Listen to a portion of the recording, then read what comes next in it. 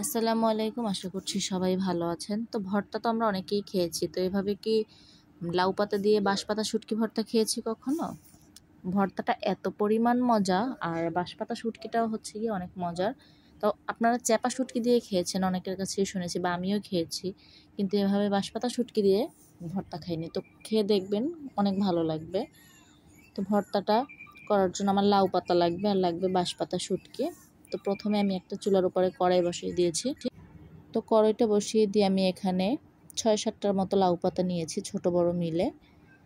আর দিয়ে দিব এখানে ছোট বড় মিলে ৩ টুকরা বাঁশপাতা শুটকি। তো এই শুটকিটা হচ্ছে কি প্রচুর ঘ্রাণ আর খেতেও অনেক মজা, যার জন্য অল্প দিয়েছি। তো সাথে দিয়ে দিলাম সরষের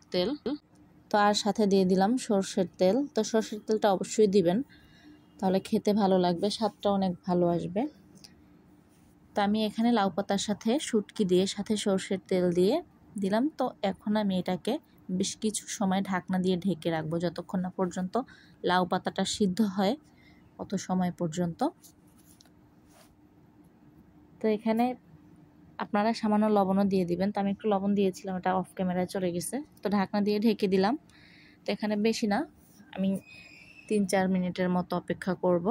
একদম জালটা লো আঁচে দিয়ে দিয়েছি, কারণ বেশি আঁচ দিলে লাউ পাতাটা পুড়ে যাবে আর খেতেও ভালো লাগবে না। তো তারপর আমি ঢাকনা তুলে উল্টে পাল্টে দিচ্ছি। এবার আমি আর এটাকে ঢেকে দিব না, যেহেতু একবার ঢেকে দেওয়া হয়েছে, আমার লাউ পাতাটাও সিদ্ধ হয়ে গেছে। তো এবার আমি একটু ভেজে নিব। তো ভেজে নিয়ে আবার একটু ঢাকনা দিয়ে দিলাম, দেখলাম একটু উপরে কাঁচা আছে তাই। তো এবার আমার ভাজা হয়ে গেছে। ভাজা হয়ে গেলে লাউ পাতা আর শুটকিটা আমি তুলে নিব। তো এই প্যানেই আমি আরও একটু পরিমাণ মতো সরষের তেল দিয়ে দিব।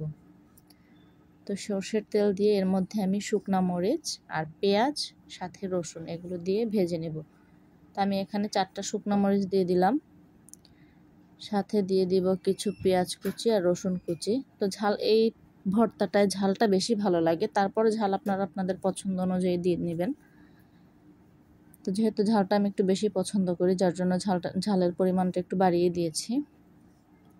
তো যখন পেঁয়াজ রসুনের কালারটা চেঞ্জ হয়ে যাবে, সবগুলো পাটায় নিয়ে আমি শিলপাটায় বেটে নিয়েছি। তো আপনারা চাইলে ব্লেন্ডারও করতে পারেন, সেটা একান্তই আপনাদের পছন্দের উপর।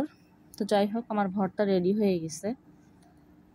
এটা গরম গরম ভাতের সাথে খেতে অনেক মজা। তো আপনারা সবাই একবার হলো বাসায় ট্রাই করে দেখবেন, কেমন হলো জানাবেন। সবাই ভালো থাকবেন। আসসালামু আলাইকুম।